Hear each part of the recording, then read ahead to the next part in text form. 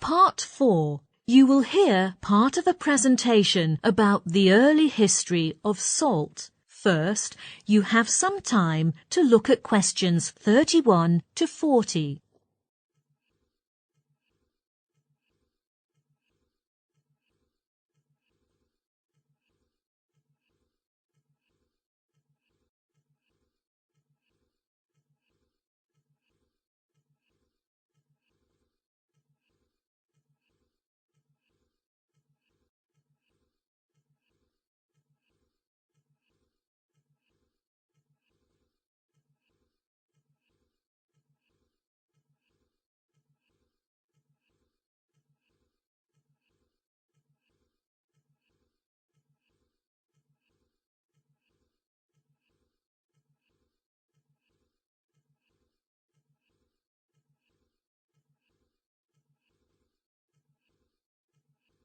Now, listen carefully and answer questions 31 to 40. In my presentation, I'm going to talk about salt. In modern times, when we talk about salt, people may associate it with high blood pressure or increased heart risk, and many health experts warn that we should use less salt in our meals and dishes. However, we should not ignore its importance in our cuisine and even in early human history. Salt is one of the oldest, most ubiquitous food seasonings. The taste of salt is one of the basic human tastes. More importantly, salt plays an indispensable role in the health of human beings. For example, it regulates the body's acid-base balance. Because of its importance to survival, salt has often been considered a valuable commodity during human history. This can be tracked all the way back to ancient Greece, ancient Egypt, and ancient Rome, when salt was highly valued and used as a method of trade and currency.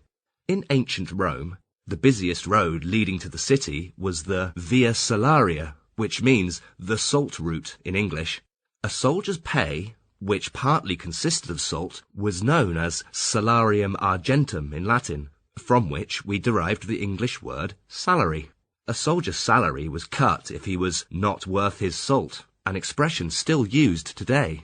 In fact, salt was not only the first condiment discovered, but also the first preservative. We know today that food goes bad because microorganisms in the food multiply in abundance, and a high salt environment is not conducive to microbial reproduction. Extremely high concentrations of salt can even kill microorganisms in the food. The ancients certainly didn't know this, but they did know that salted food can be preserved for a long time. The use of salt as a preservative can be traced to ancient Sweden. At first, hunting was the principal means of livelihood. In this case, meat supplies were unlikely to be frequent. What's more, fewer animals were available for hunting. In order to ensure the supply of meat, many families in Sweden began to raise animals in the surrounding forests during the summer, when the weather was suitable for animals to survive. These animals were fed every day until about 3 to 4 months later. That's in October. They were ready to be butchered for meat, and that was the only month when ancient Swedish people had fresh meat on their table. Then, with the continuous increase in productivity, people finally had some meat left. However, how to store the meat had become a headache until someone invented a whole new way to preserve food: salting.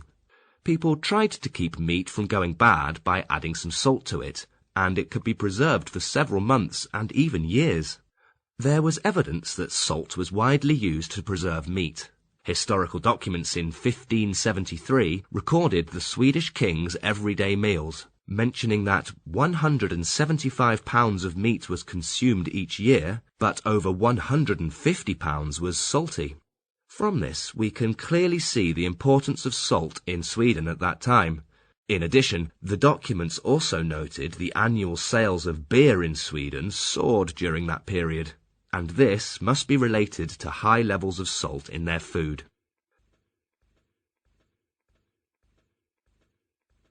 Now, let's turn to the sources of salt. Where is salt from? Well, salt is common in nature. It has long been found that salt can be extracted from seawater, mineral deposits, saline lakes, brine, spring, etc., among which the two most important ones are oceans and basins. On the floor of the latter often lie deserts, where traces of salt can be found, such as the Sahara. Furthermore, the quality of different salt types varies a lot.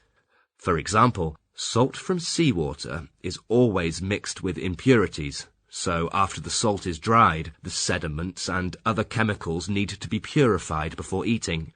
However, this is not the case with salt from spring water. We can hardly find any impurities, and the salt level is much more concentrated. Then, how did people distribute salt around the world?